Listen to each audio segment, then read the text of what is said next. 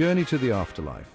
Unveiling the Book of the Dead. The ancient Egyptians were obsessed with the afterlife. They believed that death was not the end, but a transition to another world. This belief was deeply ingrained in their culture and influenced many aspects of their daily lives, from the way they built their homes to the way they conducted their rituals. To navigate this perilous journey, they created a guidebook known as the Book of the Dead. This guidebook was not just a simple set of instructions, but a comprehensive manual that covered every aspect of the afterlife. This wasn't a single book, but a collection of spells, hymns, and prayers. Each spell had a specific purpose, whether it was to protect the deceased from evil spirits or to help them find their way in the dark. These texts were written on papyrus scrolls and placed in tombs with the deceased. The scrolls were often beautifully illustrated with scenes from the afterlife, showing the deceased in various stages of their journey. The Book of the Dead acted as a magical guide for the deceased. It was believed that the words written in the book had real power and could influence the outcome of the deceased's journey. It provided them with the knowledge and spells needed to overcome obstacles in the afterlife. These obstacles could be anything from dangerous creatures to treacherous paths, and the spells in the book were designed to help the deceased navigate them safely. The afterlife was a dangerous place filled with trials and tribulations. The ancient Egyptians believed that the deceased would have to face many challenges before they could reach their final destination. The Book of the Dead equipped the deceased with the tools to navigate this treacherous landscape. It was like a map and a toolkit combined, providing both guidance and the means to overcome obstacles. Imagine a world where your heart is weighed against a feather. This was one of the most important tests in the afterlife, known as the weighing of the heart ceremony. This determined whether you were worthy of entering the afterlife. If your heart was lighter than the feather, you were deemed pure and allowed to enter the afterlife. If not, your soul would be devoured by a fearsome creature. The Book of the Dead provided spells to help you pass this crucial test. These spells were designed to ensure that the heart would be light and free of sin, allowing the deceased to pass the test and enter the afterlife. It was your passport to eternal life. Without it, the journey to the afterlife would be fraught with danger and uncertainty. The book also contained hymns and prayers to appease the gods. These hymns and prayers were an essential part of the journey, as they helped to gain the favor of the gods and ensure a safe passage. The ancient Egyptians believed that the gods played a significant role in the afterlife. They believed that the gods had the power to influence the outcome of the deceased's journey, and that it was essential to gain their favor. It was essential to show them respect and reverence. The Book of the Dead provided the words and rituals needed to do this, ensuring that the deceased would be looked upon favorably by the gods. The Book of the Dead provided the words to do just that. It was a comprehensive guide to the afterlife, covering every aspect of the journey and providing the deceased with everything they needed to ensure a safe and successful passage. Mapping the route, the structure and spells of the Book of the Dead. The Book of the Dead was not a linear narrative, but a collection of individual spells and chapters.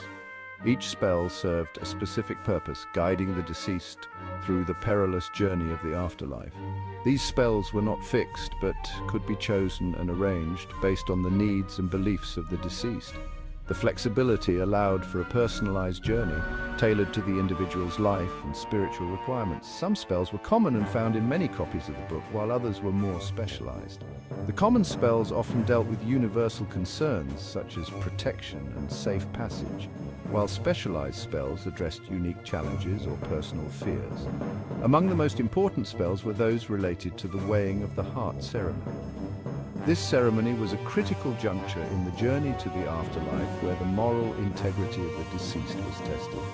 This pivotal moment determined the fate of the deceased in the afterlife. The heart, believed to be the seat of the soul and conscience, was weighed against the feather of Ma'at, the goddess of truth and justice. The deceased's heart was weighed against the feather of Ma'at, the goddess of truth and justice. If the heart was found to be pure and light, free from the burden of sin, the deceased could proceed to the afterlife. If the heart was pure, the deceased could enter the afterlife. This realm was envisioned as a paradise, a place of eternal peace and happiness where the soul could live forever in harmony. If not, they faced eternal oblivion. This was a fate worse than death, where the soul would be devoured by the monstrous Amit, a creature part lion, part hippopotamus, and part crocodile. Other spells focused on protecting the deceased from dangers in the underworld. The journey to the afterlife was fraught with peril, and the deceased needed all the help they could get to navigate safely. These dangers included demons, serpents, and even angry gods. Each of these threats required specific spells and incantations to overcome, ensuring the deceased could continue their journey unimpeded. The Book of the Dead provided incantations and rituals to ward off these threats. Priests would often perform these rituals during the burial process, invoking the protection of the gods and ensuring the spells were effective. Some spells also aimed to provide the deceased with food, drink, and other necessities in the afterlife. These provisions were essential for the soul's sustenance, ensuring they could thrive in the afterlife just as they did in the mortal world. The structure of the Book of the Dead reflects the fragmented and evolving nature of ancient Egyptian religious beliefs. It was a living document, constantly updated and revised to reflect new theological insights and cultural changes. Over centuries, new spells were added, and others fell out of use. This evolution mirrored the dynamic nature of Egyptian society, where religious practices and beliefs were continually refined and reinterpreted. The book was a living document that adapted to the changing beliefs of the Egyptian people. Scribes played a crucial role in this process, meticulously copying and preserving the spells, while also incorporating new ones as needed. Visions of the afterlife, illustrations and their significance. The Book of the Dead was not just a text, it was also a work of art. Many copies of the book were beautifully illustrated with colorful scenes from the afterlife. These illustrations, known as vignettes, provided a visual representation of the journey the deceased hoped to undertake. The vignettes depict a world both familiar and strange. We see scenes of daily life in ancient Egypt, but also encounters with gods, demons, and mythical creatures. The deceased are often shown navigating the underworld, facing trials, and ultimately achieving eternal life. These illustrations served multiple purposes. They provided visual aids to help the deceased understand and remember the spells. They also added to the magical potency of the book. The ancient Egyptians believed that images held power and could influence events in the afterlife. The style of the illustrations varied depending on the time period and the wealth of the deceased. Some copies of the Book of the Dead feature simple line drawings, while others are elaborately painted with vibrant colors and intricate detail. The Book of the Dead is populated by a cast of gods and goddesses who play pivotal roles in the afterlife. These divine beings are not just mythical figures, but are deeply embedded in the spiritual and cultural fabric of ancient Egypt. They are believed to guide, protect, and judge the souls of the deceased, ensuring that they navigate the treacherous journey through the underworld. These deities act as guides, protectors, and judges, determining the fate of the deceased. Each god and goddess has a specific role and function, contributing to the complex and intricate process of the afterlife. Their presence is a testament to the ancient Egyptians' profound belief in life after death and the importance of moral integrity and justice. One of the most important gods is Osiris, the god of the underworld and rebirth. Osiris is often depicted as a mummified king, symbolizing his role as the ruler of the afterlife and his association with resurrection and eternal life. His story is one of tragedy and triumph, embodying the eternal cycle of death and rebirth. Osiris was once a king of Egypt who was murdered by his brother Seth. This act of betrayal set off a series of events that would ultimately lead to Osiris's resurrection and his ascension to the throne of the underworld. Seth's jealousy and ambition are central themes in this myth, highlighting the struggle between order and chaos. He was resurrected by his wife Isis, becoming the ruler of the underworld and a symbol of eternal life.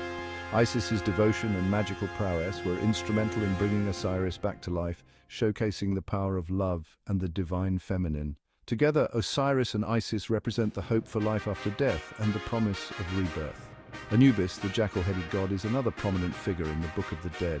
Anubis is often depicted with the head of a jackal, a creature associated with cemeteries and the protection of graves. His role is crucial in the mummification process, ensuring that the body is preserved for the journey to the afterlife. Anubis is the god of mummification and the protector of the dead. He oversees the embalming process, guiding the deceased through the rituals that prepare them for the afterlife. His presence is a comforting one, as he ensures that the dead are treated with respect and care. He is often depicted overseeing the weighing of the heart ceremony, ensuring that the scales are balanced and justice is served. This ceremony is a critical moment in the journey of the soul, where the heart of the deceased is weighed against the feather of Ma'at.